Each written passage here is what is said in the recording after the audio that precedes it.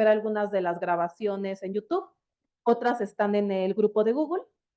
Este semestre nos estamos enfocando en traer aplicaciones, porque una cosa que vimos el semestre pasado es que todo el mundo tiene muchas cosas malas que decir de la inteligencia artificial, y ya que llegan las aplicaciones hay cosas buenas y malas que decir.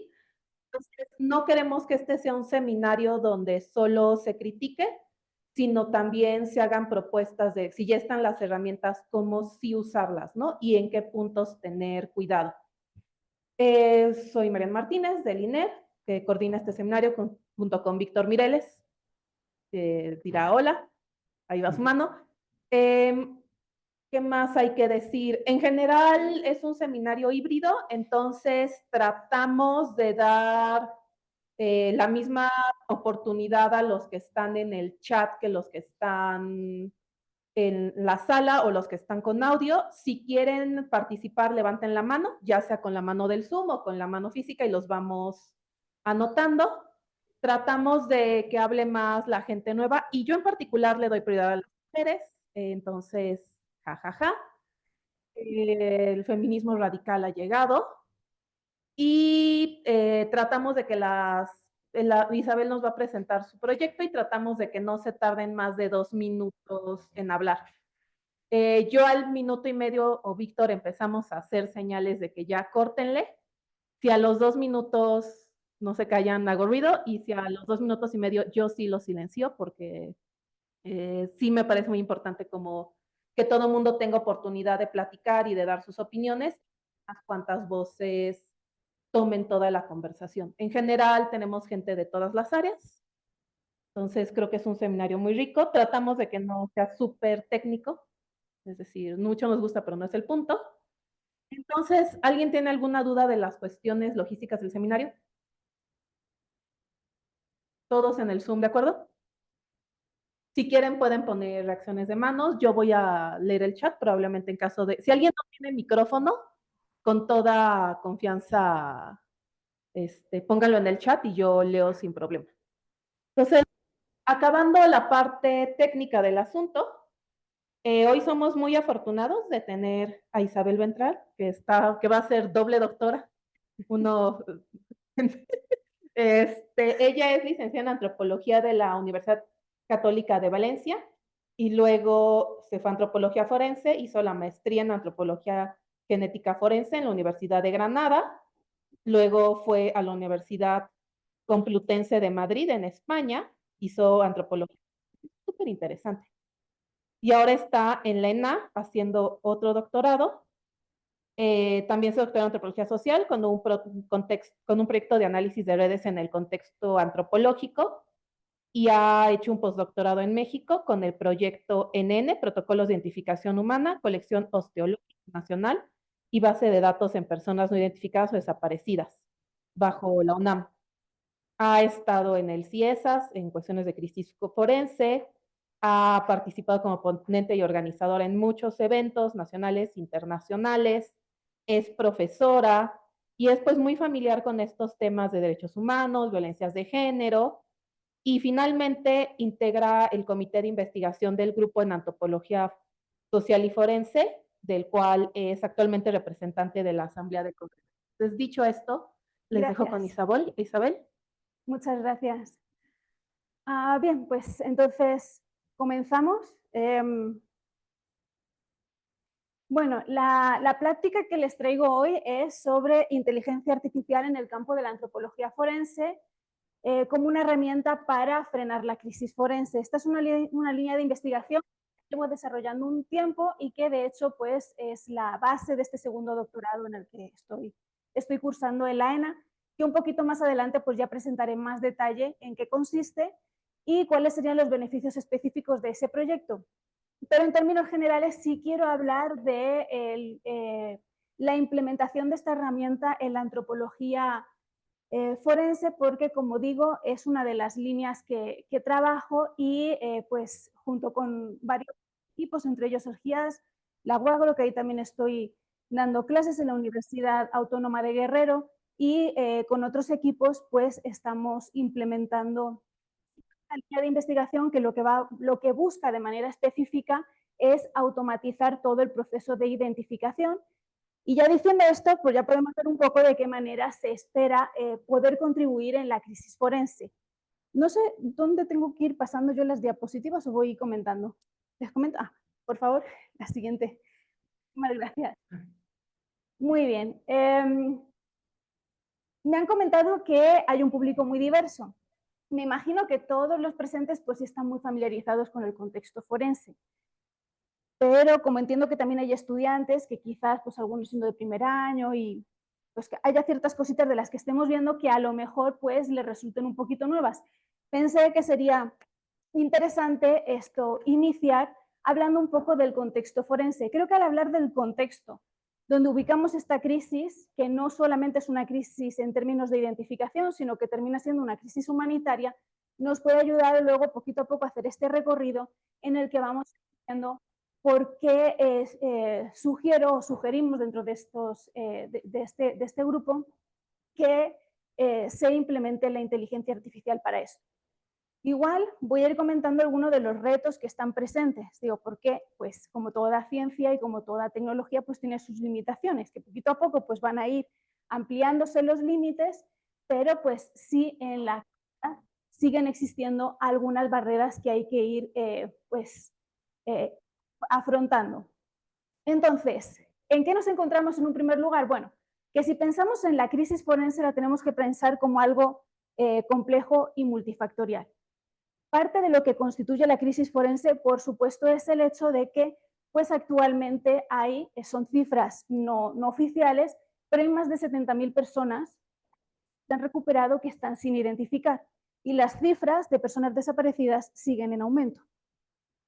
Entonces, ¿dónde está el punto en que si vamos recuperando cuerpos, pero no tenemos la capacidad de poder identificar a esas personas, pues seguimos entonces en la situación de que no se pueden restituir a sus familias y pues esto continúa creciendo con todo lo que implica resguardar estos cuerpos, ampliar entonces los panteones ministeriales, que son los que se están haciendo ahora mismo, etcétera, ¿no? Entonces implica todo esto. Como les decía, es una cuestión compleja y multifactorial. Por supuesto que también influye el hecho, y que no se puede aislar ni se puede negar que exista, pues que hay impunidad y hay corrupción. Esto contribuye en parte a la situación en la que nos estamos encontrando. No es un punto que vaya a tocar el día de hoy, pero sí me parece importante que viésemos pues, que es una situación que tiene diferentes aristas y que por lo tanto en el momento en el que queramos trabajar en profundidad en esto, hay que pensarlo de manera integral. Nosotros nos vamos a quedar hoy en cómo podemos contribuir en esta parte. 72.100 personas sin identificar. ¿Cómo podemos contribuir en esa arista en específico? Siguiente diapositiva, por favor. Bien, para que podamos pensar en esa situación de cómo las vamos a identificar, primero tenemos que situarnos en dónde empieza la identificación.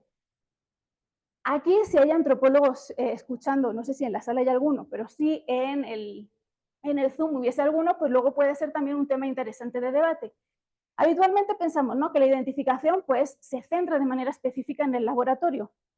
Y sí es cierto que es un punto en el que focal, ¿no?, donde se va a trabajar de manera completa e intensa el cuerpo para poder identificarlo. Pero lo cierto es que empieza todo en el momento en el que se reporta la denuncia de desaparición, porque vamos a hacer una entrevista ante mortem.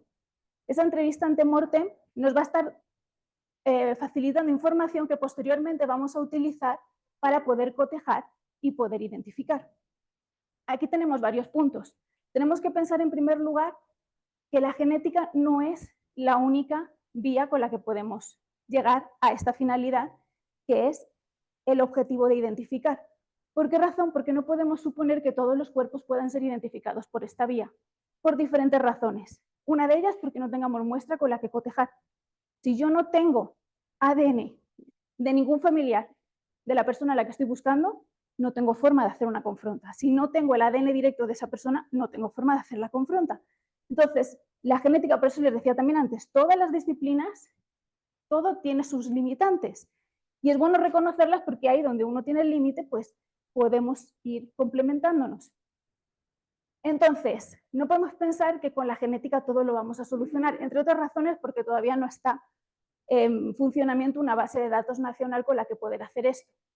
Lo siguiente es que entonces nos tendríamos que remitir al inicio, donde estaríamos viendo la importancia que tienen estas entrevistas para tener otro tipo de información que con otras disciplinas nos permita contribuir en ese proceso de identificación. Entonces sí tendríamos datos que tendrían que ver con la antropología física y que tendrían que ver también con odontología, con dactiloscopía, etcétera, ¿no? Pero principalmente dentro de la entrevista, pues lo que vamos a estar registrando es información odontológica, antropológica, médica, etcétera. Entonces, empieza en este punto. Si empieza en este punto y tenemos en cuenta que hay más de 100.000 personas desaparecidas, 72.000 que no hemos podido identificar, tenemos que ver también que hay un colapso en los semefos. Adelante. Sí, sí. ¿Vas a regresar al tema de Sí. la genética y de las bases de datos? No, pero si quieres lo podemos tocar después o podemos hablarlo ahora. A ver. Sí, sí. La observación es que cuando se trata de personas que están desaparecidas, que las están buscando, sería factible, pensaría yo, integrar una base de datos con todos los buscadores, con todas las que son parientes, o con puros parientes de aquellos a quienes están buscando. ¿Sí? Es que tener una base de datos amplia de toda la sociedad. No, solo de quienes. Y si se ha intentado eso. Esa era un poco mi pregunta, pero si la quieres abordar. No, sí, me parece perfecto, digo, porque como vamos a ir avanzando y luego quizás pues nos olvidemos del tema de la genética, mejor se resuelve ahora la duda. El ideal es ese, tener muestras de los familiares. Ahí entraríamos también en la cuestión de la cercanía o lejanía con la persona a la que vamos a identificar y porque eso los laboratorios también lo tienen que valorar para considerar los resultados, para analizar esos resultados y poder concluir. La cuestión aquí es, al punto al que yo iba, es cuando eso no puede darse. Pues no vamos a tener una muestra de toda la sociedad, solo de los familiares. Pero ¿qué sucede cuando no hay familiares? ¿O qué sucede cuando la persona a la que estamos buscando es adoptada y no tiene descendencia esa persona? Ese es el punto. No siempre vamos a tener con quién cotejar, pero efectivamente si está la familia, pues los familiares más directos son la mejor opción en ese sentido. De nada. Igual si alguien en el chat tiene preguntas, si quiere que las vayamos abordando ahora, no hay ningún problema, digo, para que pues, no se queden con ninguna cuestión entre las diapositivas. Hasta ahora nadie ha puesto preguntas, pero yo estoy acá. Ah, perfecto. Bien, entonces, como les decía, este es el punto, ¿no? Tenemos 72.000 personas no identificadas, más de 100.000 personas desaparecidas que se van a ir, o se espera, ¿no? Que se vayan localizando. En el mejor de los casos las vamos a localizar con vida. En el peor de los casos, y es el escenario donde nos vamos a situar, las vamos a localizar sin vida. ¿Qué sucede también aquí? Y que nos encontramos con un colapso dentro de los semefos. Ahora sí podemos pasar a la siguiente. Nos vamos a encontrar con un colapso en los semefos, donde hay poco personal para la cantidad de cuerpos que llegan. Esto implica que el trabajo, pues, no se haga con la comodidad que a lo mejor a los especialistas les gustaría, porque no le pueden dedicar el tiempo que quisieran. Comento esto y ahora lo voy a enfatizar un poquito más adelante, porque como parte de este proyecto sí se tomó en consideración a los especialistas y se les han hecho entrevistas para considerar cuáles son los retos y las dificultades en las que se encuentran. Todas esas entrevistas y las que se van a seguir haciendo son de carácter anónimo, para que tengan la comodidad también de poder expresar pues, cómo se sienten y cuáles son las frustraciones, ¿no? Que tienen que estar enfrentando en su trabajo. Entonces, entre ellas se encuentra ese hecho, ¿no? Una carga laboral muy significativa en la que eso genera ciertas dificultades también para el adecuado proceso de identificación.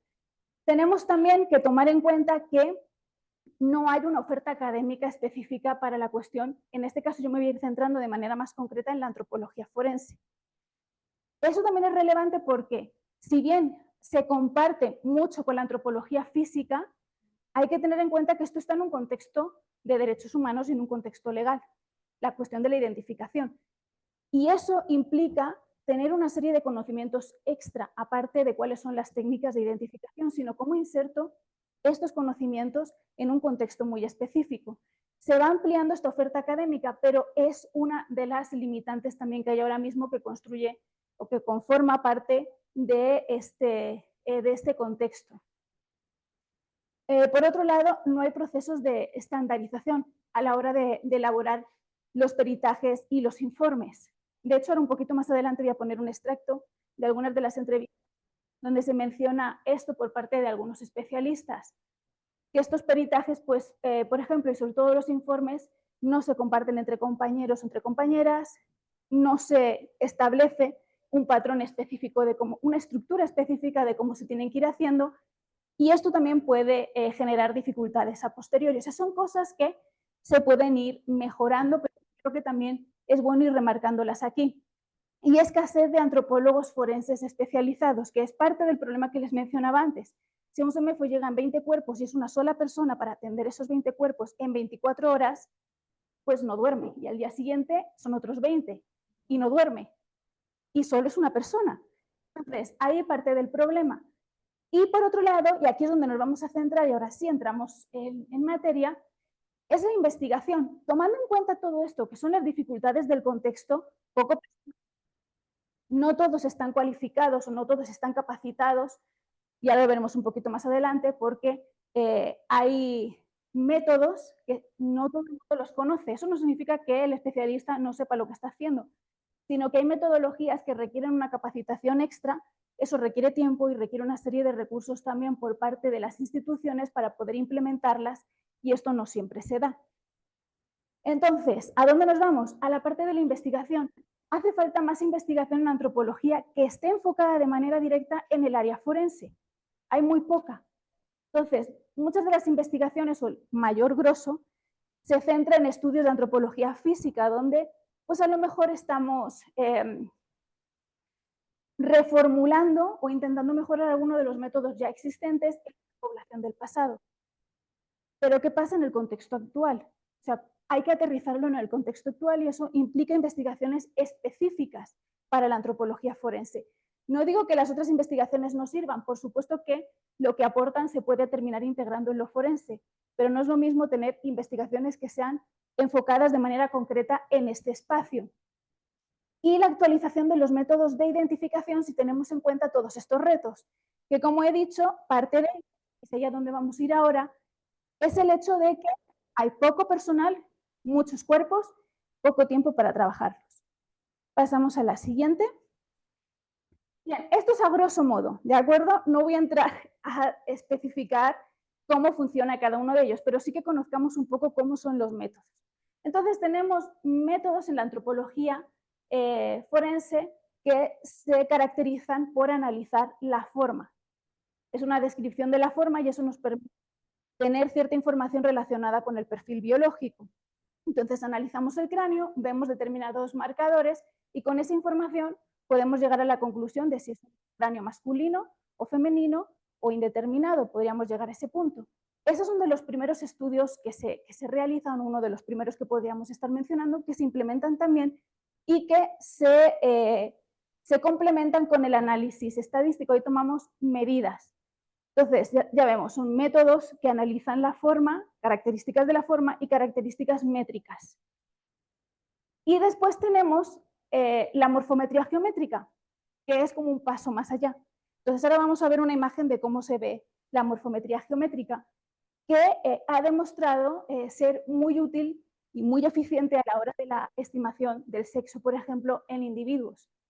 La cuestión aquí, para pasar al siguiente, la cuestión aquí, la pelvis que vemos, esos puntitos están marcando los landmarks de la morfometría geométrica.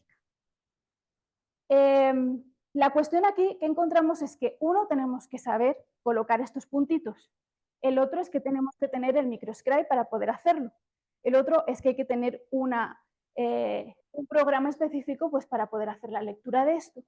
Y ahora lo veremos en las siguientes diapositivas, en las que se hizo, se señala que, uno, no todos los centros tienen el microscribe, no todos están capacitados para poder hacerlo y no hay el tiempo suficiente como para invertirle a hacer este ejercicio de puntear pues en este caso la pelvis. Y luego tenemos otros que serían los que les decía, es ver la forma. Entonces aquí, por ejemplo, estamos viendo 3 cráneos y nos está señalando las diferencias que existen. Yo hago una observación del cráneo, según cuál sea el que se parece, yo voy señalando. Y con esto puedo determinar la ancestría. Son diferentes formas. Ventajas, pues por ejemplo, aquí este sería de Osteomics. Es un programa donde me facilita esto. Yo voy haciendo mis observaciones, las voy señalando y me termina diciendo con una probabilidad la ancestría. O me termina diciendo con una probabilidad si es masculino o femenino. Igual tenemos Osteolabs, hay diferentes. Esta es otra cuestión. Cada semefo o cada incifo utiliza uno diferente. Entonces, bueno, esto es para que viésemos un poco cómo se hacen estos estudios y para quienes no estén familiarizados, pues más o menos conozcan un poquito. Digo, no me detengo mucho más a extenderme en esto porque no es una sesión para hablar de antropología ni es una clase para hablar de cómo hacer el proceso de identificación, pero sí que conozcamos un poquito cómo funciona. Ahora pasamos a la que sigue. Bien, pregunta. ¿Se aplican estas herramientas en los servicios médicos forenses? Pues la realidad es lo que les estaba mencionando antes. No se aplican siempre las mismas, hay algunos que utilizan Osteolab, otros Osteomics, y algunos sí los utilizan y otros directamente pues, no se apoyan de estas herramientas. En cuanto a la parte de la morfometría geométrica, sucede lo mismo. Hasta ahora, yo de los que he entrevistado, ninguno la aplica. A lo mejor sí, no sé si hay alguien en la sala que sí la aplique, sería interesante conocer la opinión, pero hasta ahora de las personas que he entrevistado no se utiliza esa metodología. Entonces, vemos que estas herramientas, por un lado, lo que tenemos es que no hay una homologación. Es decir, y cuando digo esto me refiero a una estandarización. Cada laboratorio, cada semefo, cada perito termina trabajando de la manera que mejor le funciona. Entre otras razones, por lo que decía antes, pues hay mucho trabajo y cada uno al final se termina organizando como buenamente puede con relación a eso. Entonces, pasamos a la siguiente, por favor. Entonces, ¿qué tenemos aquí? Este es un extracto de una de las entrevistas. Bueno, nos comentan, cada uno de nosotros aplica diversas técnicas y aplicaciones de cómputo, pero la realidad es que en este momento no estamos muy unidos, así que cada quien realiza las cosas como puede. Morfometría geométrica. No creo, no tenemos el microscribe y cuando compran equipo solo es para algunos, no para todos. Así está la situación. Las técnicas y aplicación del conocimiento es de cada perito. Como que guardar sus dictámenes para que nadie más los vea, pero eso es un gran error porque no nos estamos enriqueciendo entre nosotros.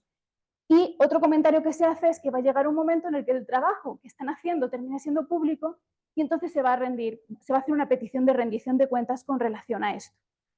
Es parte de la información que se ha ido extrayendo con relación a estas entrevistas, porque, insisto, me parecía importante para poder decir, bueno, hay una necesidad de una nueva herramienta, pues primero tenemos que conocer si realmente hay una necesidad de una nueva herramienta. Y en este sentido, pues sí se aprecia que efectivamente hace falta algo que envuelva a todos y que les facilite el trabajo. Entre los extractos, ya por cuestión de espacio ya no lo añadí, pero dentro de los extractos también se estaba mencionando esto que les decía del colapso y de la sobrecarga de trabajo. Gracias. Entonces, ¿la inteligencia artificial puede ser una herramienta para hacer frente a la crisis forense? Esta sería la cuestión.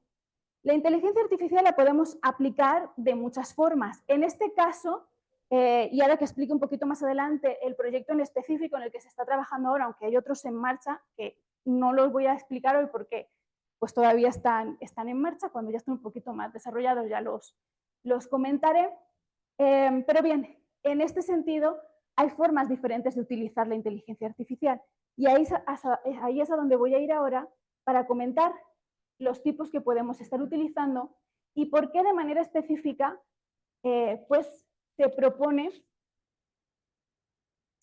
el que les voy a presentar ahora, porque aparte de que va a automatizar el trabajo, representa una forma mucho más ágil. Yo no necesito dedicarle el tiempo.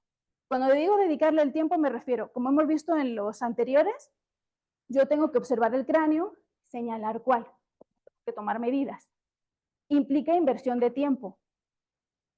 Si empleamos la inteligencia artificial como una herramienta que automatice el proceso de identificación, eso significa que yo no necesito invertir tiempo. Entonces, si llegan 20 cuerpos y yo utilizo una herramienta que automatiza el proceso de identificación, un trabajo que a lo mejor me lleva varias horas, yo lo puedo hacer de manera eficaz y eficiente en cuestión de unos minutos. Ahora, aquí puede venir la pregunta de, bueno, pero si lo hacemos en cuestión de unos minutos, entonces yo ya no necesito especialistas. Y dos, ¿cómo sé entonces que el trabajo está bien hecho? Porque, pues ahí está el temor, ¿no? Llega la inteligencia artificial y nos quita el trabajo. Pues yo no quiero que me quite el trabajo, yo quiero que me ayude a hacer mi trabajo, pero no quiero que me sustituya. Entonces tampoco voy a proponer algo que automáticamente pues me quite, ¿no? Del espacio. Pero lo podemos ver como una herramienta. Ahora, pasamos a la siguiente. ¿Por qué razones no nos va a quitar el espacio? Porque estamos en un contexto forense. ¿Qué implica un contexto forense? Uno, yo tengo que redactar un informe. Y un informe a día de hoy, sí es verdad que le podemos pedir a ChatGPT, escríbeme tal y te hace un ensayo, pero no significa que te lo esté analizando en profundidad. O sea, no hemos llegado a ese punto todavía. ¿Quién sabe de aquí a unos años si lleguemos a ese punto y entonces ya ni nuestra imaginación sirva, ¿no? para meter en los documentos? Pero en este caso no nos sustituye. Yo tengo la información y necesito entonces volcarla a un documento que tengo que presentar posteriormente, si se da el caso, en un juicio y yo tengo que defender. La inteligencia artificial no va a defender ese documento. Lo tengo que seguir defendiendo yo. Entonces, yo voy a seguir trabajando. Solo voy a agilizar el proceso. Voy a seguir redactando un peritaje, porque tengo que seguir redactando un informe de esos análisis que la inteligencia artificial me está ayudando a hacer. Y tengo que tener una comprensión de cómo puedo identificar o determinar el perfil biológico de un cuerpo y cómo lo está haciendo la inteligencia artificial, porque después en un juicio me van a preguntar y yo tengo que saber explicar eso. Y tengo que poder demostrar y decir por qué yo sé que esa inteligencia no se está equivocando. Porque efectivamente, aunque me esté dando ese dato, yo puedo corroborar que la información sea o no sea correcta. Entonces, en ese sentido es en el que lo vamos a utilizar como un apoyo, igual que hemos hecho con Internet, es un apoyo. En vez de ir a las bibliotecas a buscar, pues ahora tenemos Internet, que en nuestro buscador pues nos descarga un montón de documentos que necesitamos y nos ahorramos tiempo. Esto es lo mismo, o va en ese sentido. Entonces, esas serían las ventajas y las razones por las que, en principio, no correría peligro ningún trabajo. Cosas que tenemos que tener en cuenta para implementarla, que aquí es donde podemos estar pues llegando a la parte de los límites que tiene la inteligencia artificial. Y es que para que yo pueda decir que funciona, la tengo que entrenar. Y para que yo la entrene, yo le tengo que asegurar que el dato que le estoy dando es correcto. Porque si le doy un dato incorrecto, va a aprender, pero va a aprender mal. Entonces, hay también un trabajo de investigación y un trabajo de sistematización detrás que implica que yo tengo que primero crear esas bases de datos con información que sepa al 100%, y si no puedo saberlo al 100%, por lo menos al 99%, que son datos correctos para que aprenda. ¿Esto qué implica? Que las colecciones osteológicas que existen actualmente, que son colecciones del pasado, como pueden ser pues las que se encuentran en muchos museos, yo no tengo el dato real. Yo tengo el dato de lo que yo investigo en base a los métodos que ya existen, pero no tengo el dato real. La genética me puede ayudar a resolver si es un hombre o es una mujer. Entonces yo puedo de ahí decir, bueno, ahora sí tengo este dato prácticamente al 100%. ¿Pero qué pasa con la edad? Con la edad los rangos son muy amplios. No puedo asegurar, por ejemplo, que esa persona tenga específicamente 30 años. Hay información que yo voy a desconocer.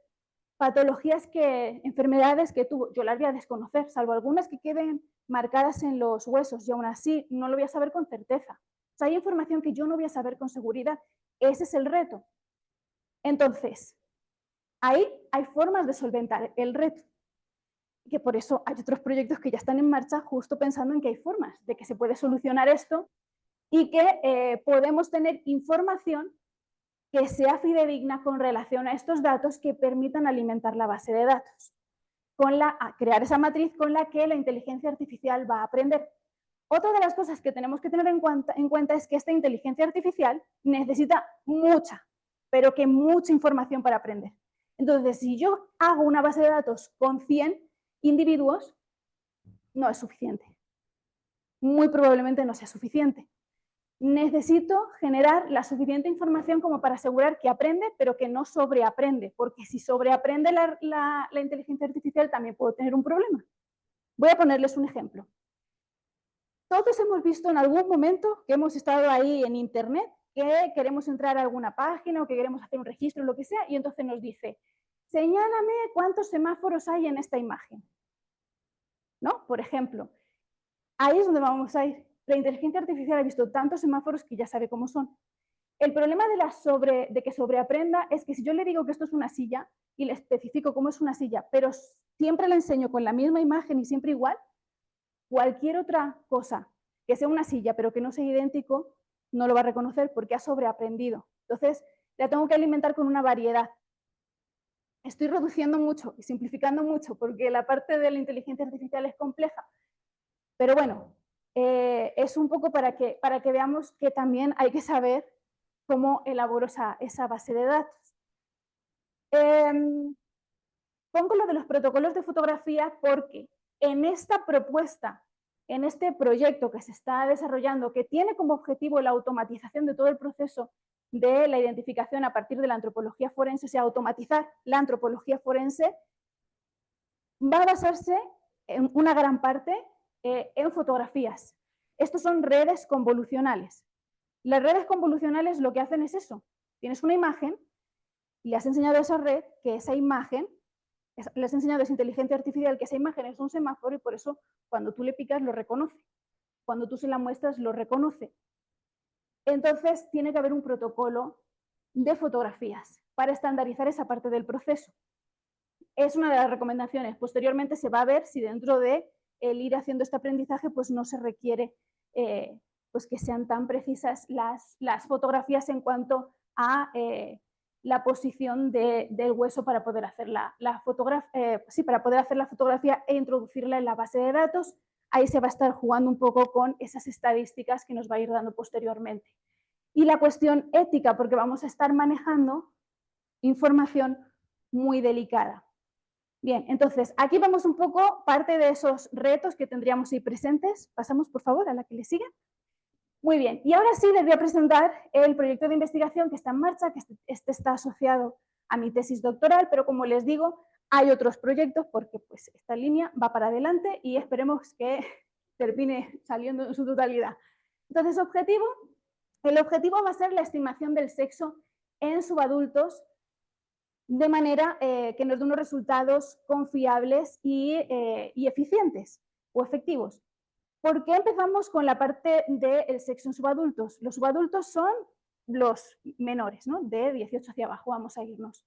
Porque el sexo, especialmente en la etapa prepubertaria, es muy difícil de estimar, porque los marcadores sexuales secundarios todavía no se han empezado a desarrollar por una cuestión hormonal. Entonces, los métodos que existen actualmente arrojan una probabilidad de acierto del 60% en un estudio que se realizó en 2022 por un autor que se llama Mesejo. Un 60% en un contexto forense es un porcentaje muy bajo, porque significa que hay un 40% de probabilidades de que me esté equivocando. Y si yo digo que es niño y resulta que es niña, pues si alguien viene buscando un niño y viene buscando una niña y resulta que yo estoy diciendo que es niño, no va a dar el resultado. O sea, no vamos a tener ahí y decir, ah, sí, resulta que efectivamente aquí en el semáforo tenemos, ¿no?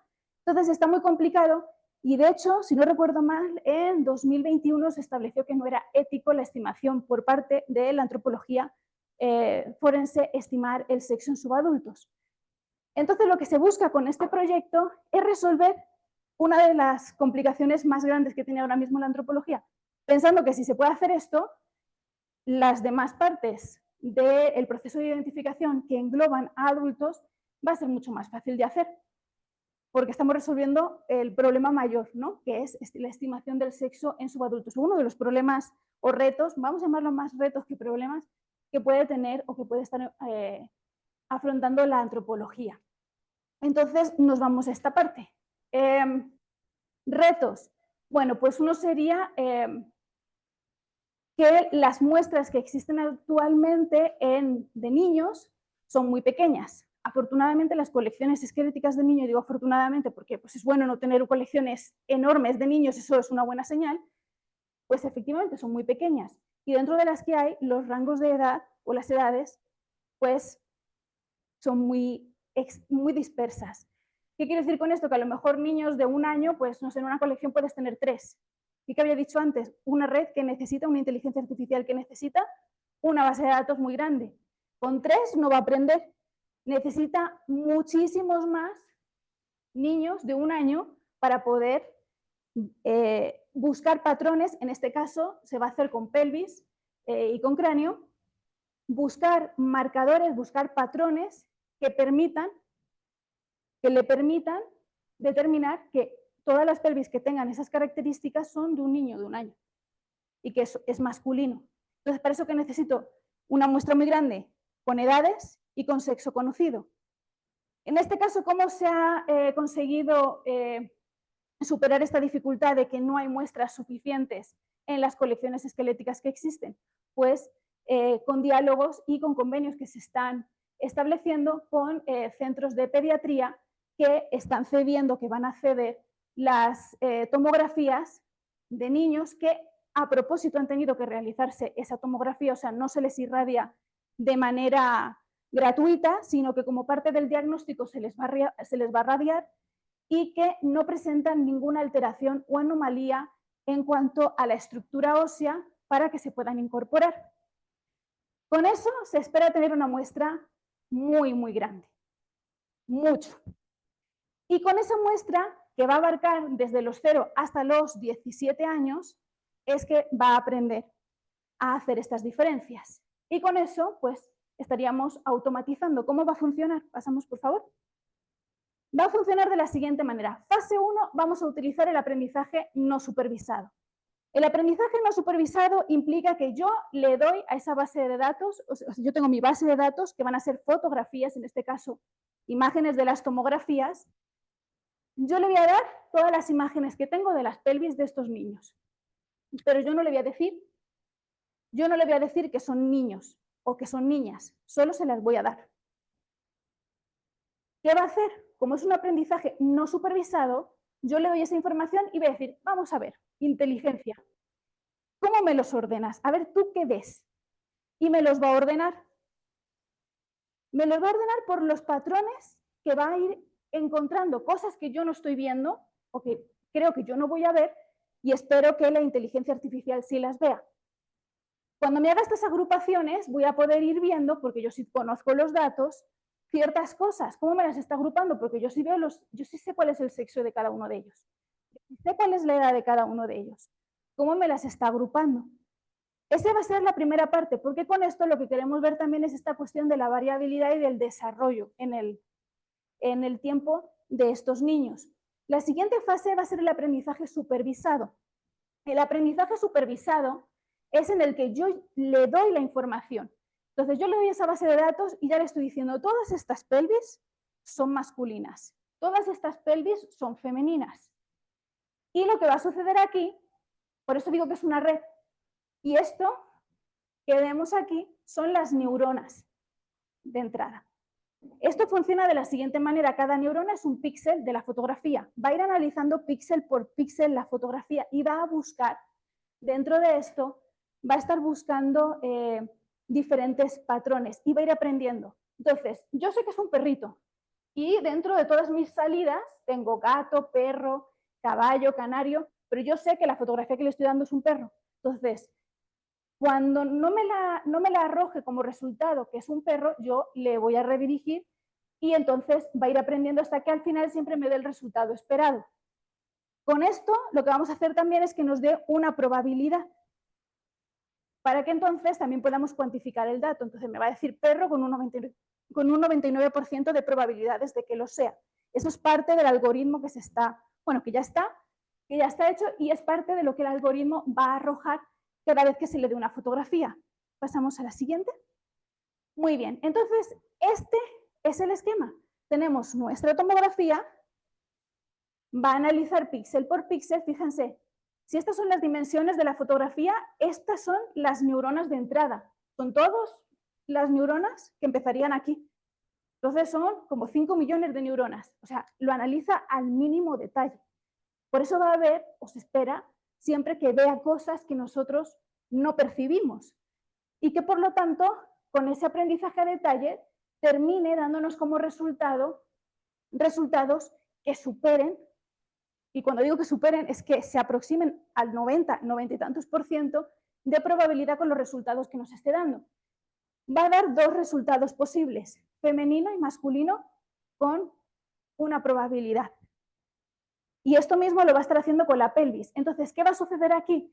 Que solamente vamos a tener que estar haciendo, este es el objetivo de este proyecto que se está desarrollando, no solo el de los niños, sino el de la automatización de la antropología forense, que es un proyecto más amplio. ¿Qué va a tener como objetivo? Que con fotografías que se vayan haciendo en los semefos, se introduzcan estas fotografías en la aplicación que se está generando y esa aplicación va a ir dando estos resultados. Nos va a ir dando estos datos y de manera mucho más rápida vamos a tener información, por lo menos la del perfil biológico, la esencial para tener nuestra base de datos, la vamos a tener en cuestión de minutos, o ese es el objetivo, tenerla en cuestión de minutos. Insisto, esto no le quita el espacio al especialista, porque de todas formas, cuando tenga que explicar por qué sabe que ese cráneo, que esa pelvis, eso no es, va a tener que dar información que demuestre el conocimiento y va a tener que tener cierta información o ciertas nociones de cómo funciona. Digo, no hay que ser especialistas en tecnología ni en inteligencia artificial, solo tener ciertas nociones para explicar cómo funciona el método y por qué entonces es confiable. Adelante. No sé, creo que es un punto, me parece que es un punto clave, que cuando precisamente se utilizan estas redes neurales de varias capas, etcétera, no es un aprendizaje, no es una inteligencia artificial explicadora o explicativa. Entonces, frecuentemente el sistema sabe y tiene una probabilidad de éxito incluso altísima, pero no sabe explicar por qué. Entonces, el especialista tendría que decir, aquí yo confío en el algoritmo y en el protocolo de inteligencia artificial que tiene una tasa de éxito tal y cual como está dicho. Yo no les sé explicar por qué, qué vio en esos huesos. No, porque de hecho está ahí la caja negra, entonces no se sabe qué pasa ahí, no se sabe. De acuerdo que implicaría decir que sí es una caja negra, pero es una caja negra rigurosamente evaluada en su capacidad de acertar, ¿no? Exacto, exactamente. Sí, muchas gracias. Esto, si voy muy rápido, así digo, es que lo estoy simplificando, pero como para que quede en términos generales por dónde va y el hecho de que pues, el especialista siempre va a tener que estar ahí, porque, insisto, está el informe que hay que hacer y la defensa en juicio que tiene que seguir estando ahí presente, pues alguien, ¿no? Que explique esta información que se va a ir recogiendo. Y creo que tenía que terminar a la 1, ¿verdad? Era hasta la 1, entonces sí entré en tiempo. Muchas gracias. Y bueno, pues quedo atenta a las preguntas, dudas. Si alguien tiene interés en este proyecto de automatización, pues también que ahí tienen mi correo por si quieren dialogar sobre ese tema. Muchas gracias.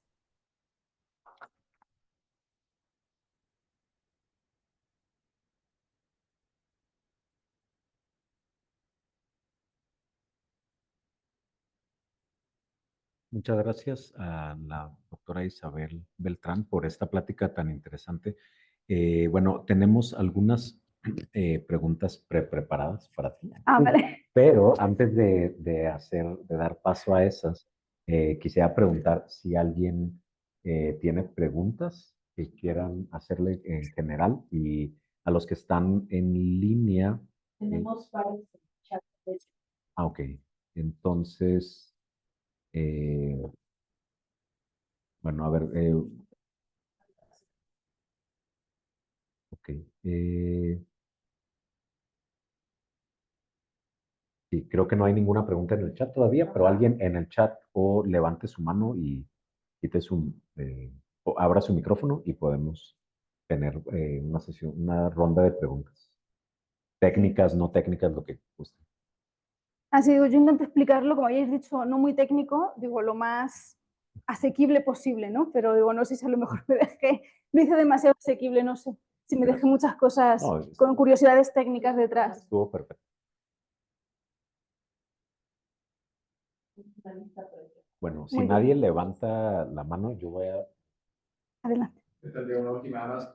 ¿Y quiénes son los colaboradores para el, digamos, datos, en todo caso, el ajuste de polos, etcétera? Porque la formación, me imagino que tu formación no es para la parte más matemática y más de la implementación de los sistemas. O sea, ¿con quiénes están colaborando en ese sentido? Sí, eso sí, se lo puedo responder fuera de línea, pero sí, ya hay, porque efectivamente hace falta un equipo pues multidisciplinar y sí se cuenta con el mismo. Juan Pablo. No, bueno, como aprovechando que hiciste en el proyecto muchas entrevistas que me parece súper interesante, así muy rápido, este miedo a perder el trabajo por la automatización, que lo explicabas súper bien en términos epistemológicos, y es como no porque el profesional es el que termina explicando, la IA solamente va a arrojar datos, pero también lo pensaba a nivel legal, y es que siempre va a haber una firma, un sujeto obligado de derechos, que creo que acá en México hay un montón de reglamentos al respecto, y que ahí la IA no va a poder ser sujeto obligado.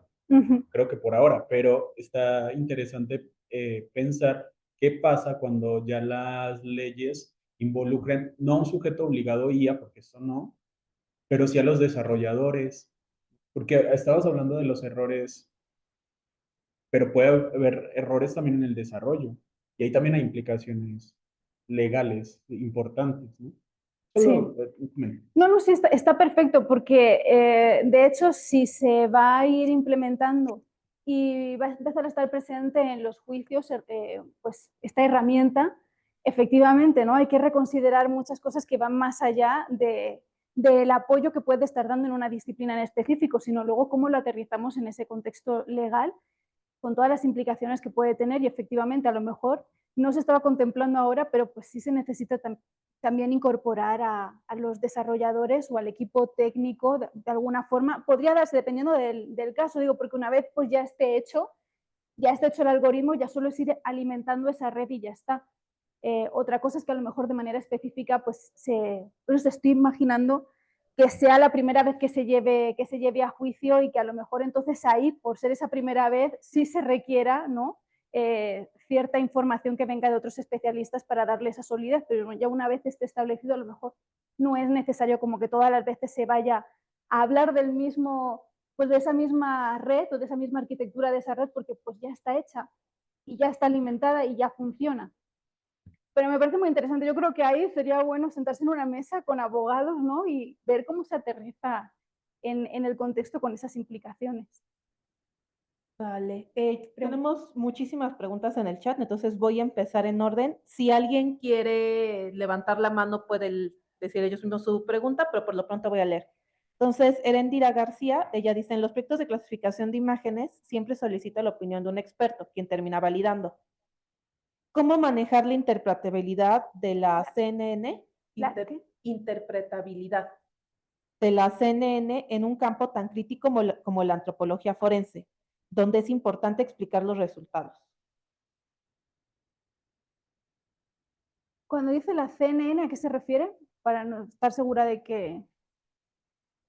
de la red neural. Ok, digo, no sé, por si acaso. Ajá, sí. Bueno, ahí, como decía, se va a hacer un protocolo de imágenes para que ahí se pueda abordar esa parte de la interpretabilidad. No sé si va por ahí la pregunta, pero efectivamente tiene que haber un protocolo de las imágenes con respecto a cómo tienen que estar las diferentes posiciones en las que se tiene que encontrar, diferentes perspectivas. Entonces, por ahí va a ir ese protocolo con la intención de que se vayan replicando las imágenes. Cómo tomas las fotografías, cómo sí. La calidad, todo, ¿no? Porque si son de cierto Ajá. Por eso en el protocolo todo eso se va a establecer como una de las pautas a seguir. Esa es la idea. Javier Yankelevich pregunta, ¿hay antecedentes de clasificación de imágenes osteológicas, perdón, en antropología forense? No necesariamente en subadultos ni tomografías, sino alguien ya había hecho esto de clasificar imágenes. Con el objetivo de aplicarlo en inteligencia artificial, sé que hay un estudio que lo implementó en húmero de adultos para la estimación del sexo entre hombres y mujeres.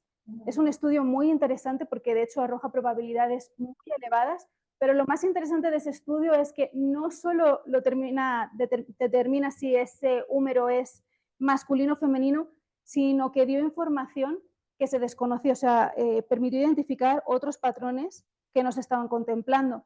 Entonces ayuda incluso como a ver otras cosas. Y ahí se hizo una clasificación de imágenes. El húmero es el de la pierna, ¿no? No, el húmero es el del brazo. Sí. Esa sí no me lo esperaba. No, está muy interesante ese estudio, sí, sobre todo por el hecho de que concluyen que arroja otra información más allá de la que se conocía.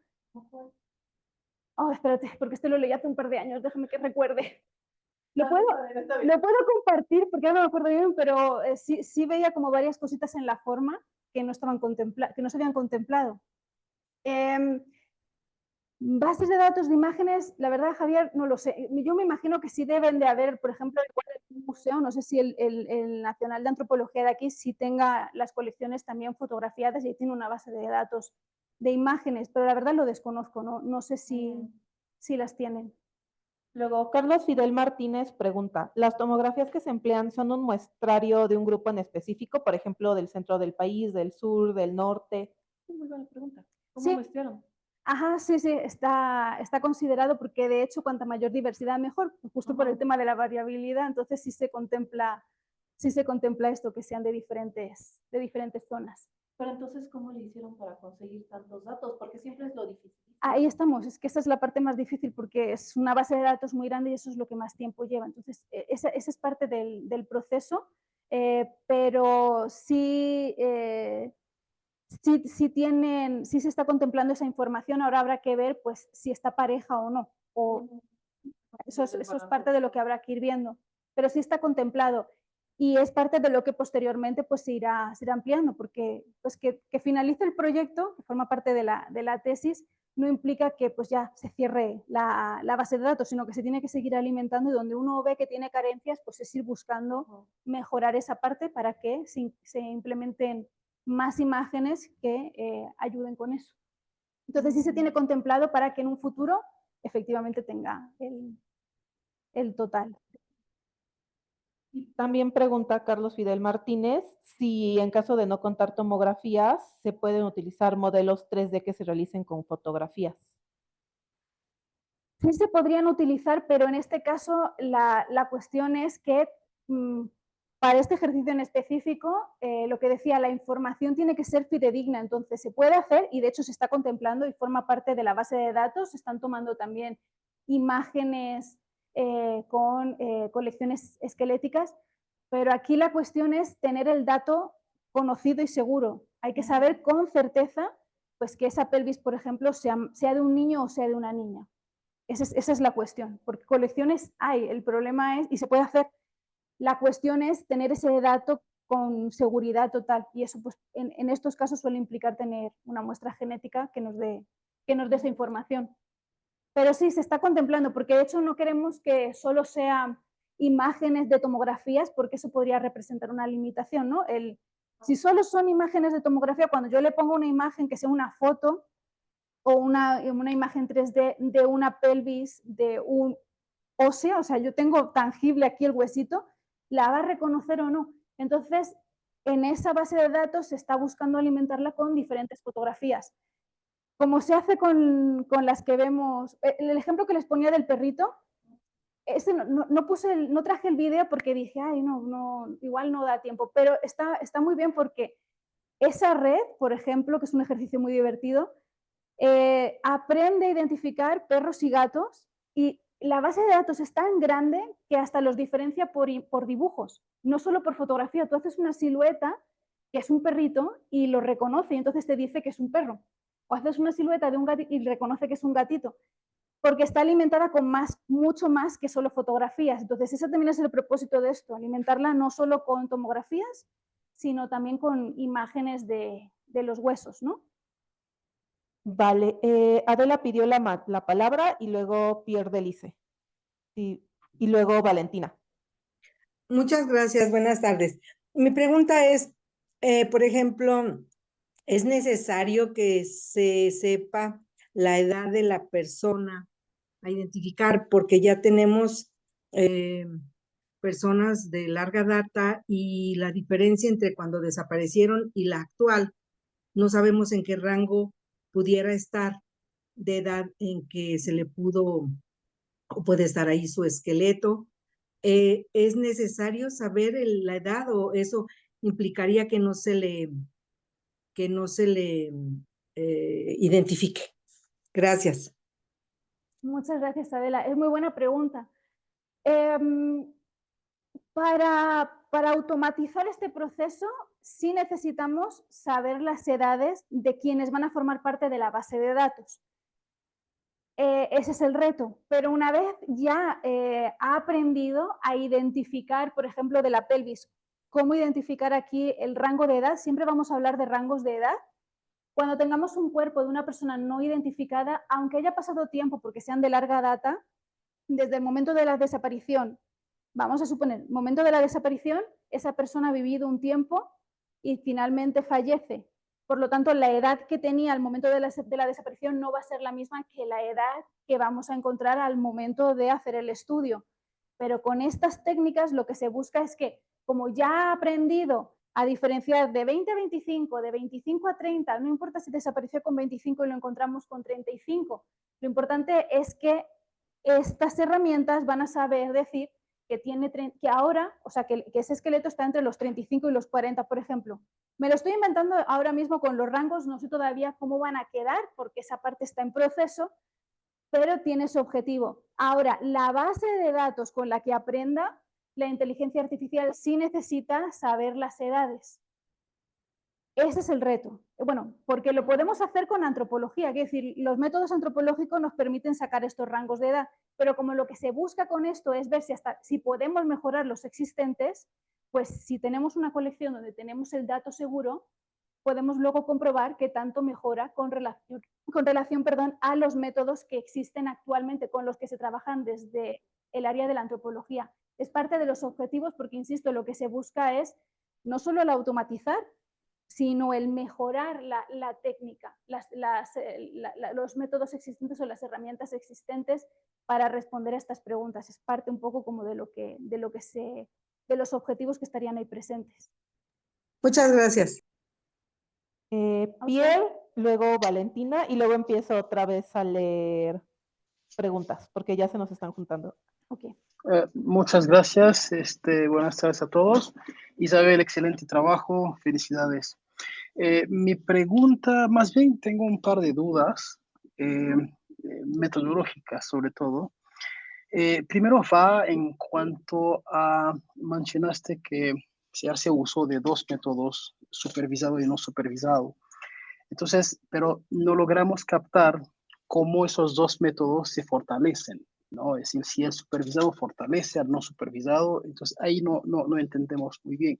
¿Y por qué planteo esto? Porque tengo entendido que en la parte supervisado necesitamos juicios de experto justamente para hacer un análisis, bueno, digamos que ya tienen un protocolo, solamente tienen que etiquetar la fotografía, ¿no? Entonces, mientras que en el método no supervisado los agrupamientos, pues depende de lo que encuentre la red, ¿no?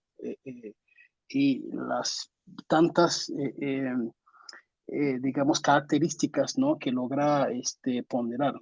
Entonces, primero, pues, entender cómo metodológicamente ustedes piensan que esos dos métodos son complementarios, ¿no? Para ese tipo de trabajo de clasificación al final. Luego, me preocupa un poco la parte supervisado, porque ahí sí necesitamos como expertos, ¿no? Y sobre todo antropólogos físicos, ¿no? Y hay una carencia enorme por la cantidad de trabajo que están haciendo. ¿Ustedes están pensando también usar la IA generativa, ¿no? Con pocos ejemplos, ¿no? Usar bien los métodos computacionales para ver hasta dónde la IA generativa nos puede ayudar. Son las dos preguntas que tengo. Sí, muchas gracias. No, efectivamente, para este tipo de proyectos, porque digo, lo que he presentado ahora tiene que ver en parte con mi proyecto de tesis doctoral. Entonces, eso también implica una serie de reglas que hay que seguir a la hora de la elaboración del proyecto.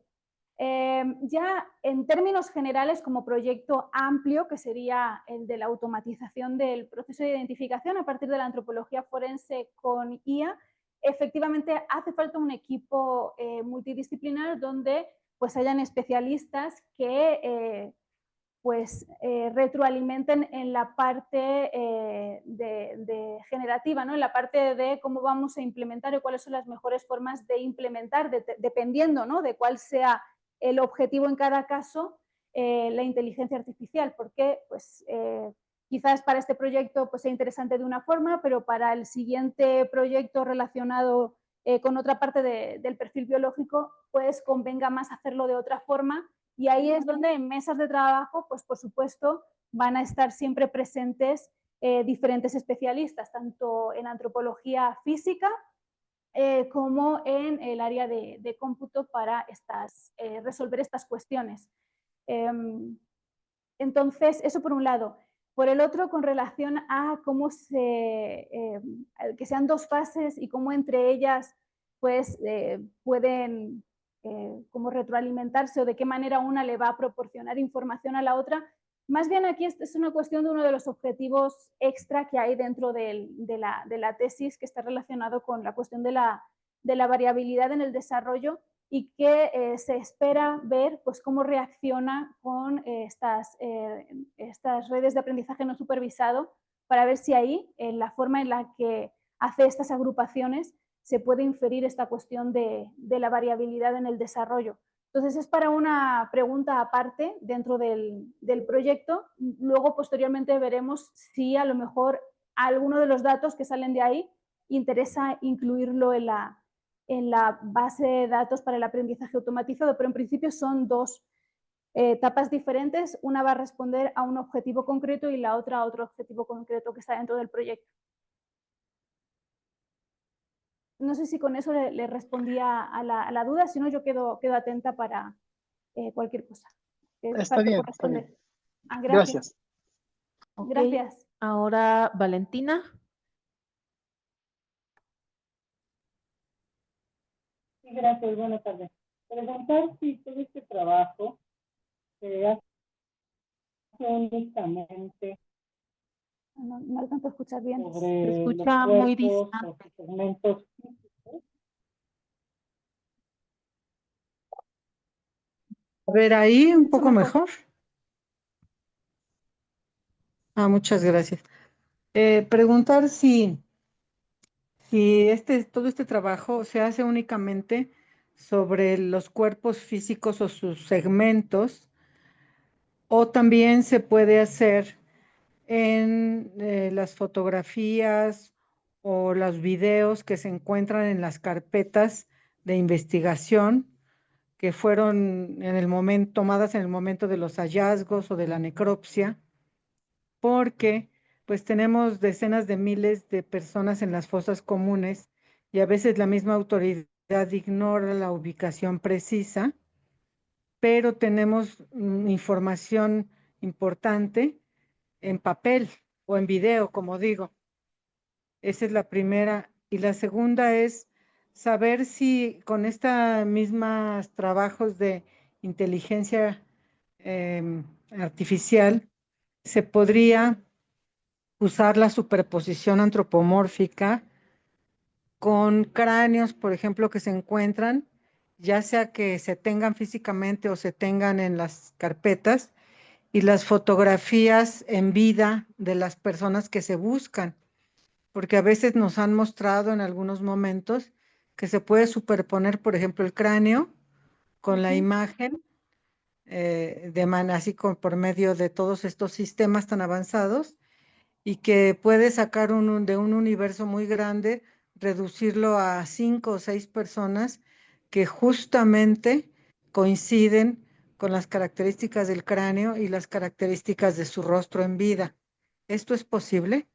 Gracias. Gracias. Bien, con lo que estamos trabajando ahora no se ha contemplado la cuestión de los videos, sí las fotografías, pero lo que decía antes, se está desarrollando un protocolo de cómo se deben de realizar esas imágenes para que posteriormente se puedan, pues se pueda hacer esa lectura de la imagen y arrojar un resultado. Generalmente, bueno, hay fotografías que se hacen tanto en fosas como en los semefos que a veces no tienen la calidad adecuada. Ahí habrá que ver en esos casos, pues, cómo hace esa lectura, si es capaz de sacar información. Eso va a ser luego la parte de pruebas con fotografías que puedan estar en estos archivos y que ahí habrá que ver, porque hay cuestiones también éticas de fondo para poder utilizarlas como parte del muestreo, ¿no? Para ver si, qué dificultades puede encontrar con ciertas imágenes. Que eso se podría hacer.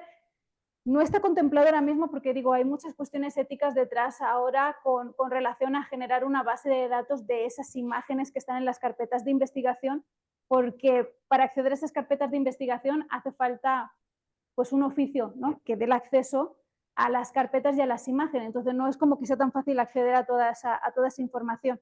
Si la cuestión es si en un proceso de búsqueda esa herramienta va a estar accesible, por ejemplo, en un teléfono, de manera que podamos ahí mismo hacer una fotografía de lo que estemos encontrando, de los restos que estemos encontrando y ver qué información nos puede estar aportando, sí, ese es el objetivo, que al final esa herramienta pueda estar presente en un celular y que en las búsquedas podamos resolver ciertas preguntas que son muy relevantes y vitales en estos casos, pues para poder determinar que estamos frente a un hallazgo.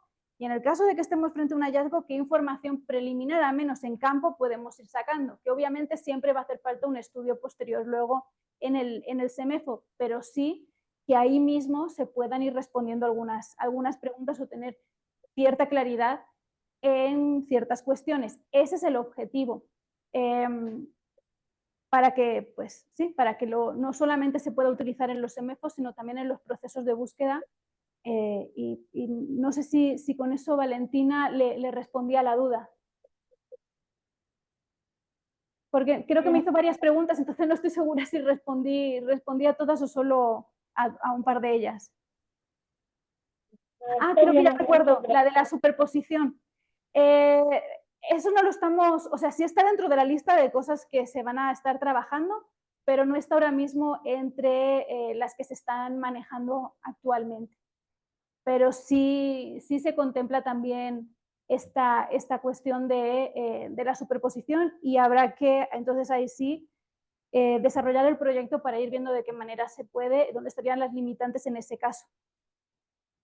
Creo que solo me faltaba esa pregunta, ¿verdad? Sí, muchas gracias. Vale, yo voy a continuar con las preguntas leídas. Eduardo Pérez Trejo pregunta, con todo el volumen de resultados que se obtienen, ¿se tiene la capacidad de validar o corregir con la supervisión humana? Y muy relacionada a la USB, pregunta, ¿existe un aproximado de la robustez de la muestra para que se haga un análisis viable de la IA? Con respecto a la de este proyecto que estaba presentando, se espera que esa base de datos esté en torno a las 5.000 imágenes aproximadamente. Ese sería un poco el volumen que se estaría manejando o que se espera manejar casi en la totalidad del proceso. Ok. Javier Yankelevich pregunta si yo automatizo la obtención de perfil biológico a partir de imágenes de huesos, características ya estudiadas, por ejemplo, el coxis para el lote de sexo, etcétera, etcétera. Un experto podría acelerar el análisis con la IA y luego en juicio explicar lo que tradicionalmente se explica. Por ejemplo, si es una mujer es más abierto.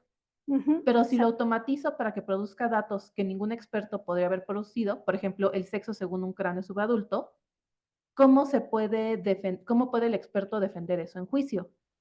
Tal vez tendría que explicar cómo se entrenó el modelo, porque el algoritmo en sí es una caja negra. Entonces, ¿sería una antropóloga física la persona adecuada para dar estas explicaciones?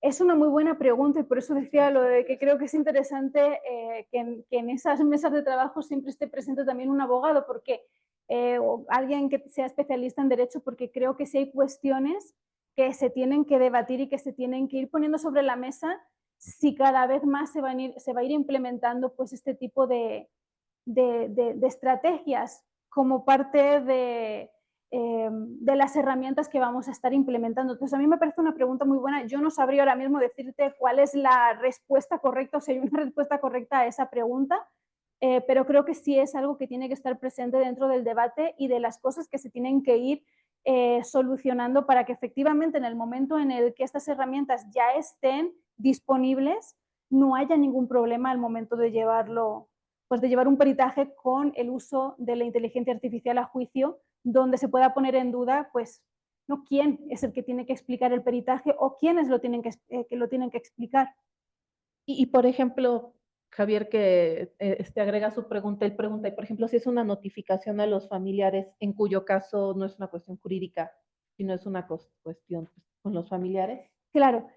Sí, una de las cosas que creo que es importante remarcar es que el proceso de identificación debería de ser siempre un proceso conjunto con todas las disciplinas que puedan estar participando.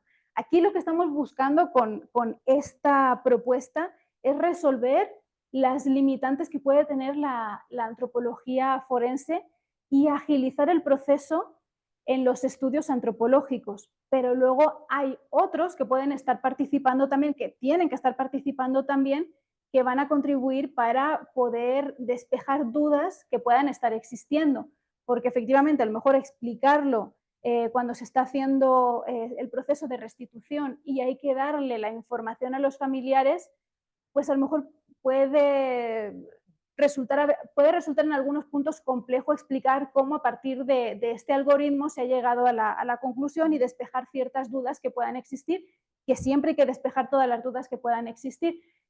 A esto yo lo que propongo es lo que creo que se tendría que estar haciendo siempre es al final del camino es un informe integrado con todas las disciplinas que participan en la identificación. Entonces, además de lo que pueda estar proporcionando la antropología, es lo que pueda estar proporcionando la genética, lo que pueda estar proporcionando odontología, lo que pueda estar proporcionando cada una de las que pueda participar en ese caso específico.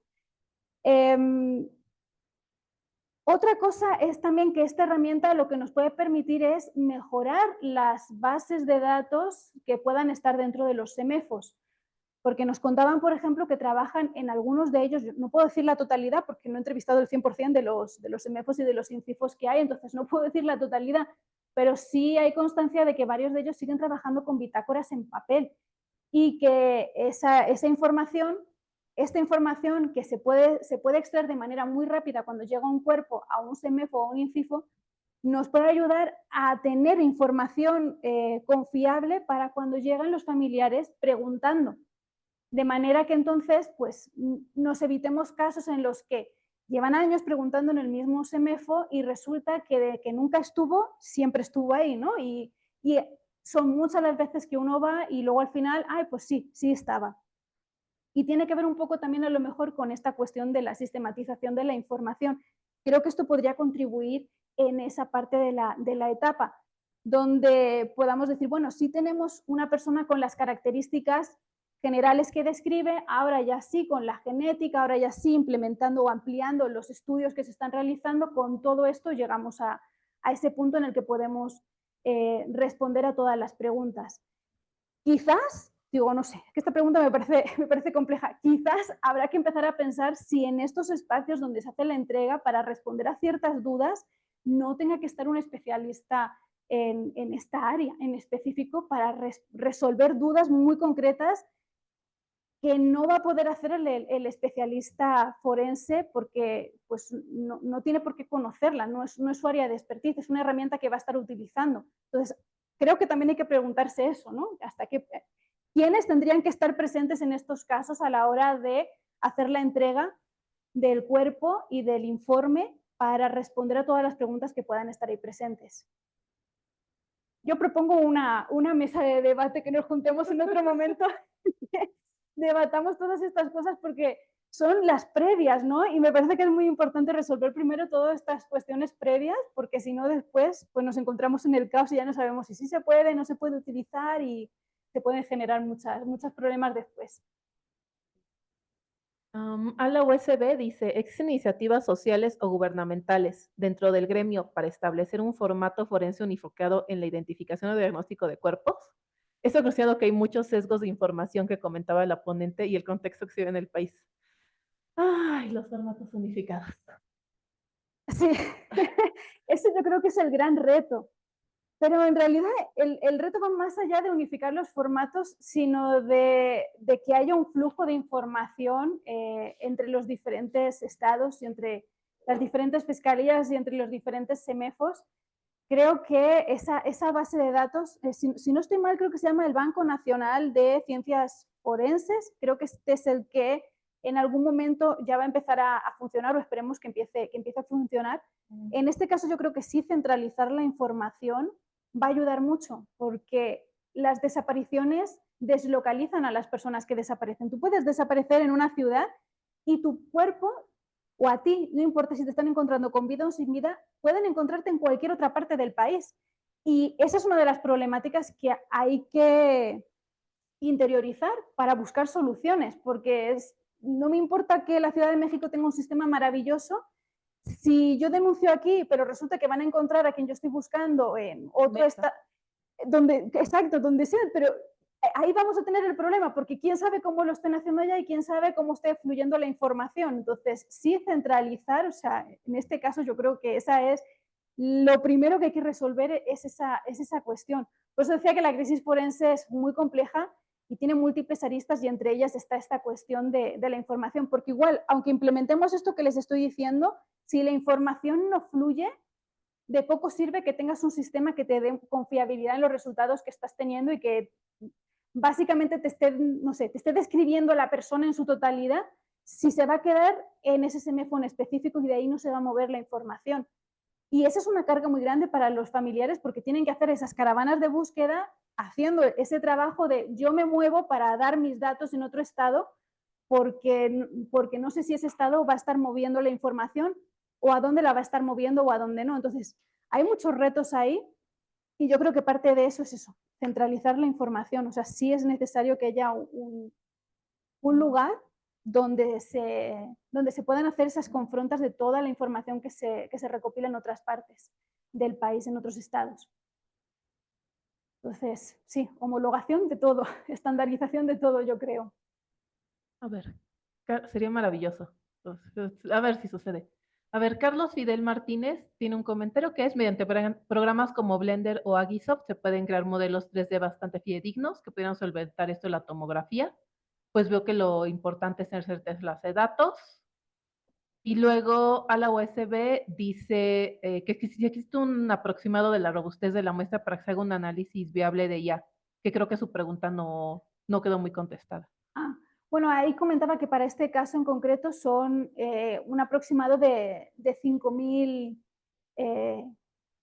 van a ser 5.000 individuos. Luego de cada uno de ellos, de esa pelvis, se van a tomar diferentes, porque lo podemos estar haciendo en 3D o en 2D. En este caso lo vamos a estar trabajando en 2D para facilitar la herramienta, porque si no luego pues nos vamos a encontrar con la barrera de que los peritos tengan primero que hacer tridimensional el hueso para poder aplicarlo. Entonces se va a estar trabajando en imágenes de 2D y se está valorando si fotografías a color o fotografías en blanco y negro, porque eso también pues ahí modifica un poco. Entonces se va a ver de las dos formas Y ahí veremos un poco. En principio se van a poner a color las fotografías también y van a ser en 2D, digo, porque varias veces se ha preguntado lo de las imágenes en 3D y no se va a manejar en 3D para la herramienta por una cuestión de practicidad al final del camino, ¿no? Que puedan ser fotografías. Por eso hablaba de un protocolo de fotografías.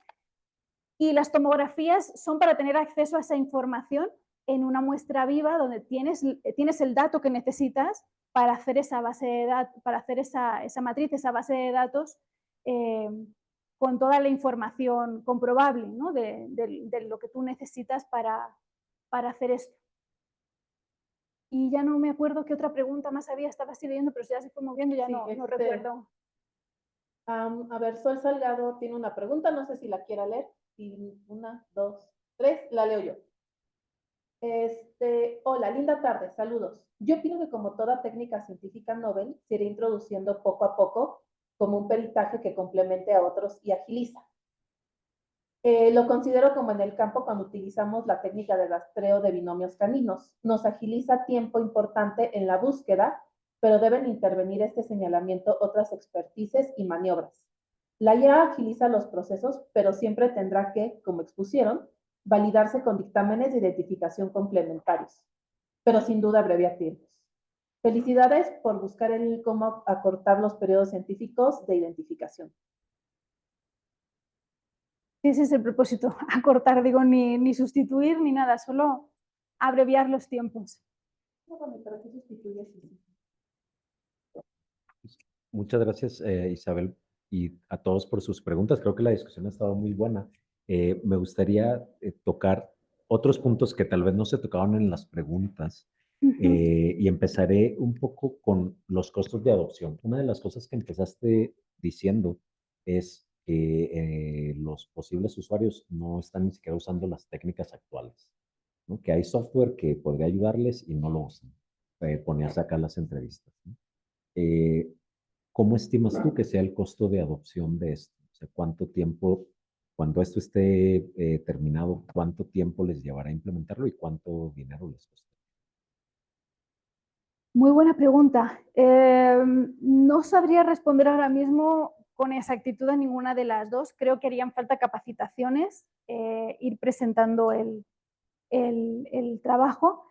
No creo que requiriese demasiado tiempo porque al final es las imágenes que de por sí tienen que estar haciéndose durante el análisis de la osamenta, se tienen que ir haciendo fotografías. O sea, no es una cosa que tengan que añadir, sino que ya las van a hacer.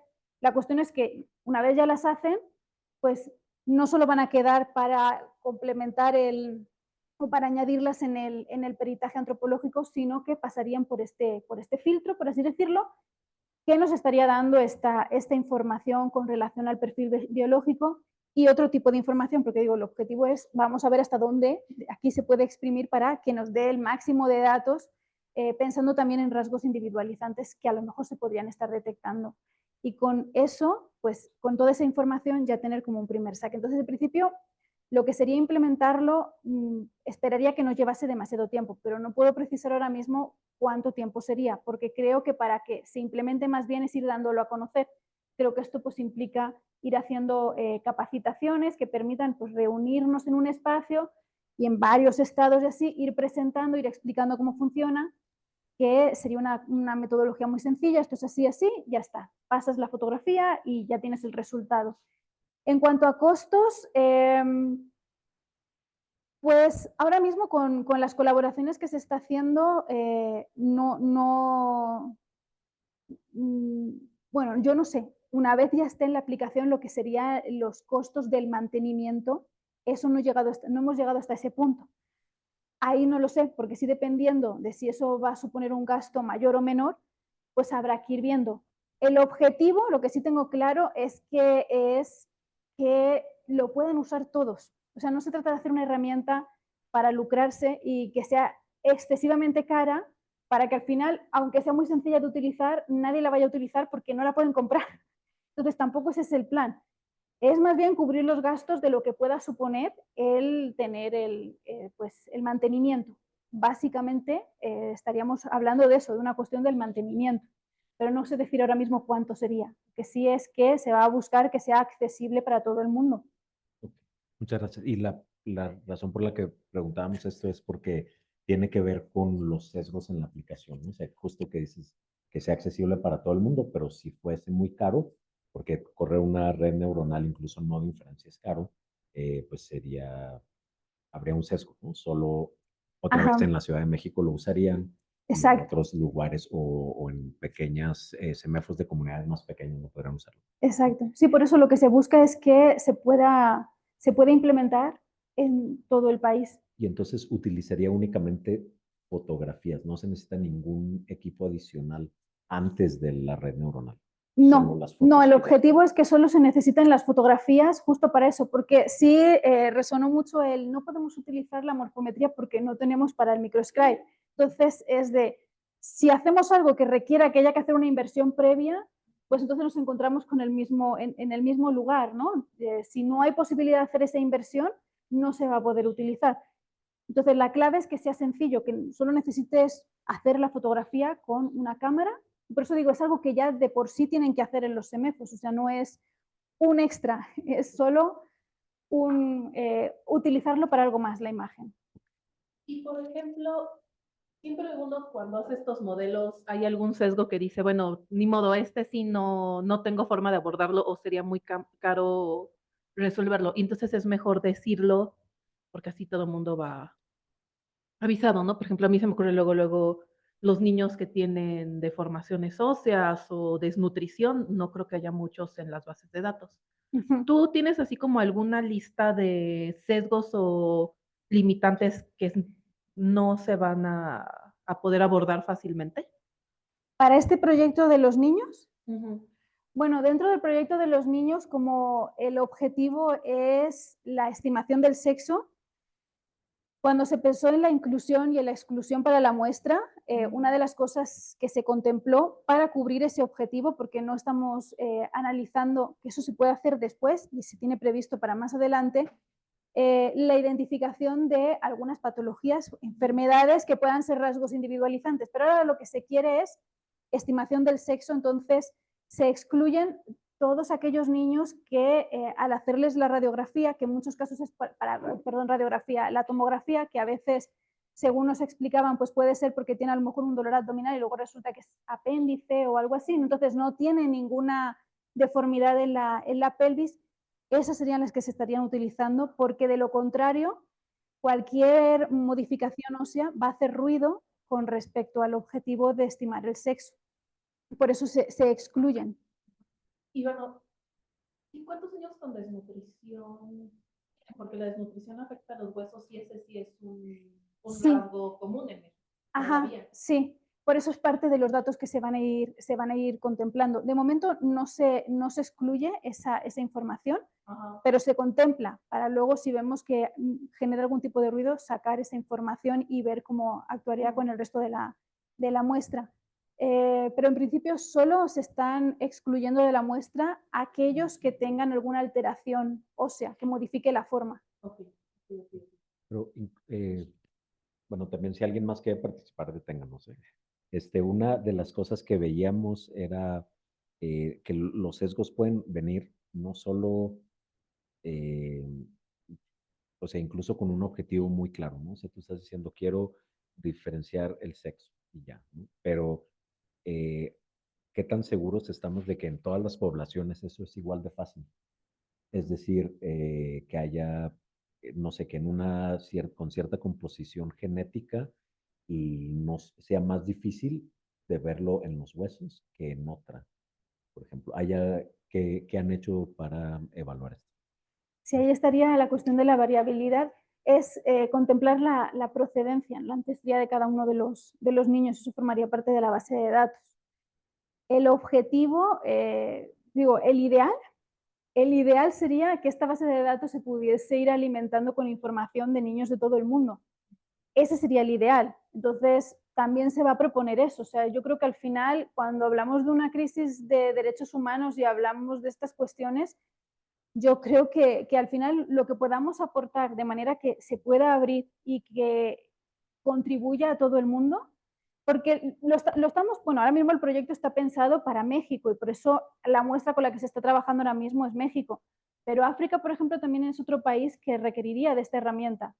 Si se hacen ahí convenios, que ojalá un poquito más adelante esas conversaciones se pudiesen llegar a dar, se puede ir alimentando esa red con esa base de datos, perdón, con niños de otras partes del mundo, pues sería maravilloso porque al final tendríamos en cuenta todas las, no todas, pero un gran número de variables relacionadas con la procedencia de cada uno de ellos. Pero incluso dentro de México, digo, yo usé No, origen genético también. por una, pero podría ser cualquier cosa, ¿no? O sea, podría ser el modelo de la cámara con la que toman la foto, que sea más fácil ver unas que con otras, o podría ser, no sé, mil cosas. Y mi pregunta es, ¿cómo qué han hecho hasta ahorita para medir esos sesgos? Con esos sesgos, para estar segura si lo entendí bien, se está refiriendo a la procedencia, la ancestría de cada uno de ellos. Por ejemplo, sí, ese es un ejemplo, ¿no? Es decir, bueno, tal vez explico un poco más. Ahí, incluso aunque tuvieras una muestra completa de toda la humanidad, ¿no? eh, el, y aunque estuviera esta perfectamente balanceada, lo cual no va a estar, porque hay más Sí. grupos, hay más representación de ciertos grupos que de otros, pero aunque estuviera perfectamente balanceada, para este problema específico que están abordando ustedes, puede que haya más sensibilidad en unos grupos que en otros, ¿no? Y entonces habría que medir eso, como decir, mira, puede que me dé 80% de confiabilidad o 85%. Pero si las personas son de esta ancestría, eso baja al 50%. O si la cámara con la que se tomó es de esta marca, eso sube al 90% o algo así, ¿no? ¿Han hecho algo de ese estilo? Entiendo por dónde iría. En la base de datos, por ejemplo, contemplando, ¿no? Si es de esta región, si es tal, sí se busca incluir esa información en la base de datos para tener la información.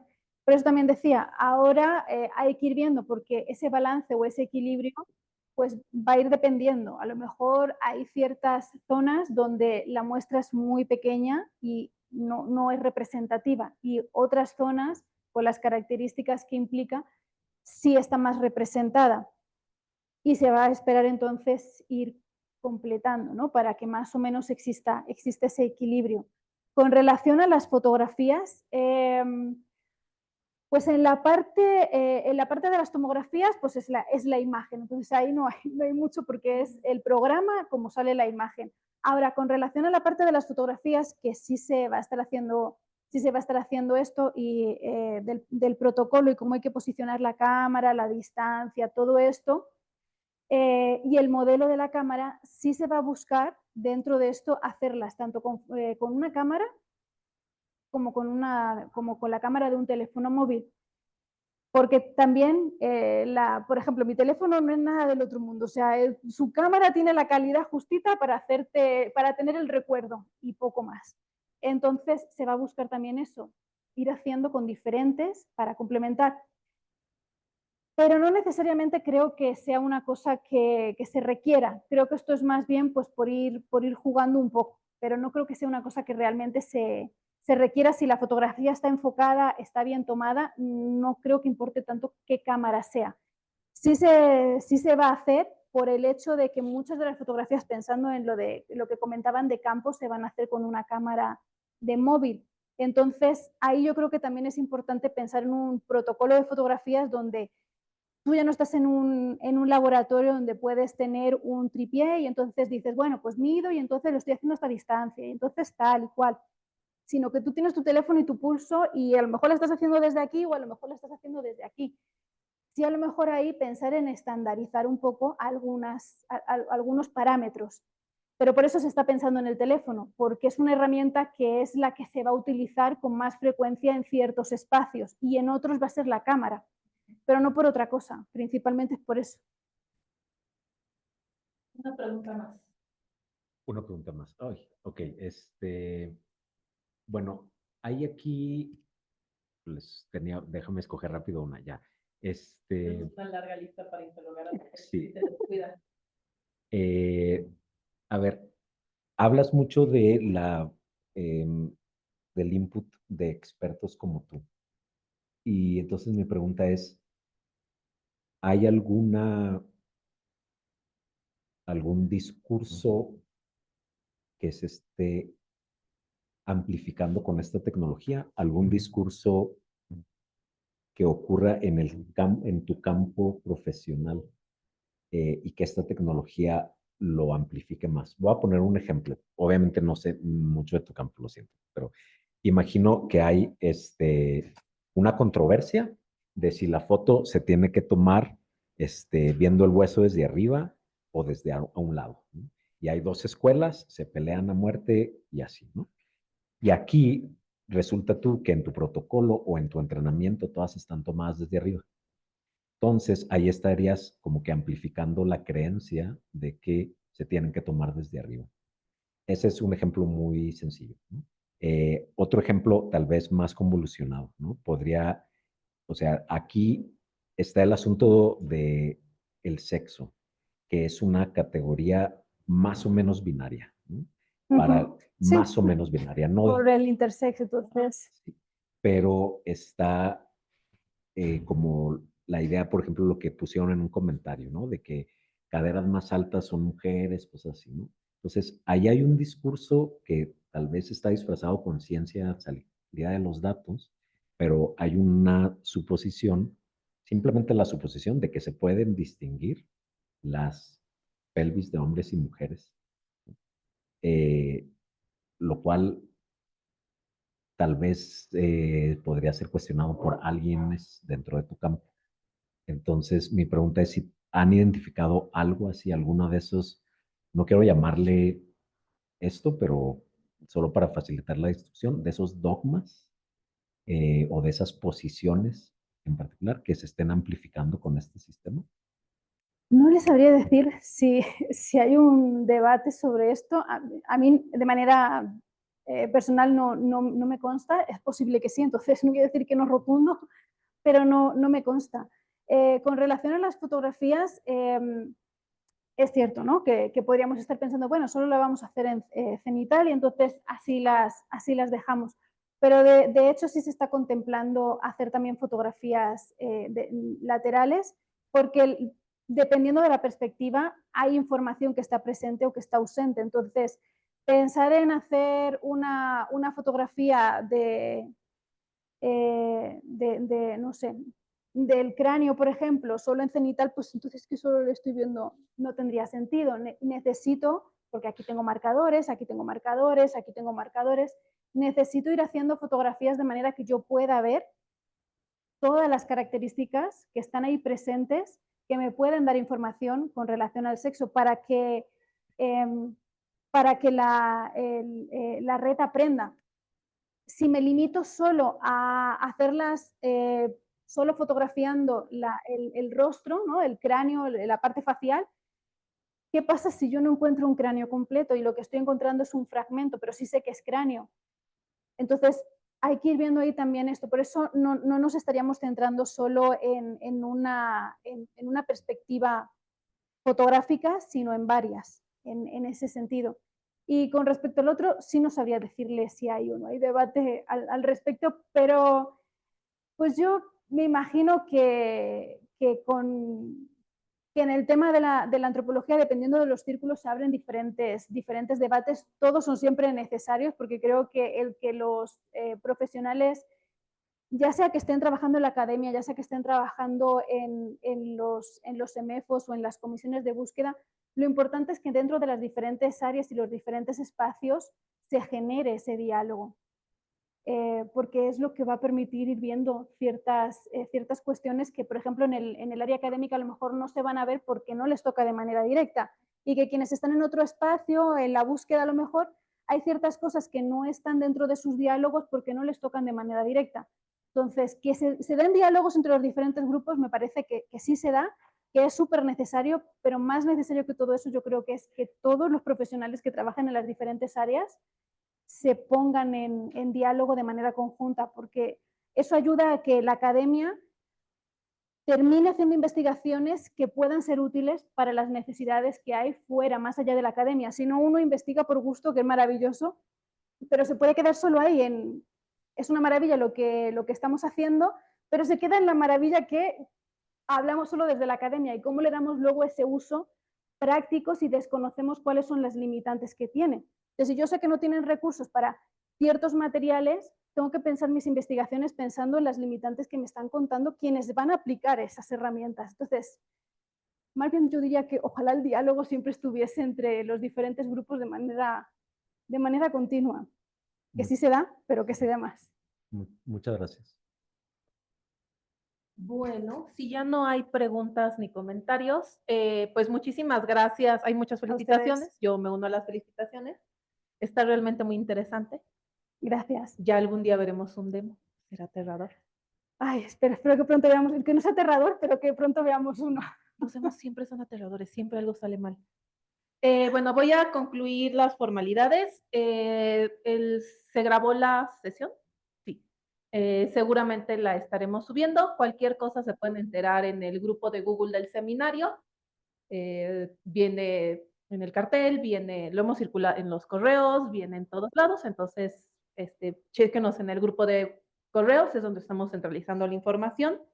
Isabel nos dejó su contacto. Ah, sí, por ahí anda la última diapositiva. Compartir.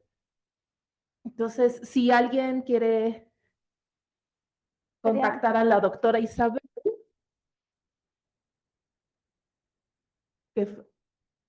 ahí está. Les dejo su contacto. Nosotros hoy nos despedimos, regresamos el 10 de marzo, va a venir Ivette Sánchez, que también es doctora este año, invitamos a puras mujeres, a hablarnos del panorama de la inteligencia artificial en México. Ella es parte del Centro de Investigaciones en Matemáticas, es alguien que va a todos los eventos, coordina todos los equipos, sabe muchísimo del tema. Creo que es de las pocas personas que pueden dar un panorama de lo que está sucediendo en España, porque es de las pocas que habla con todo el mundo. Pues no solo es muy buena técnicamente, sino es muy buena socialmente.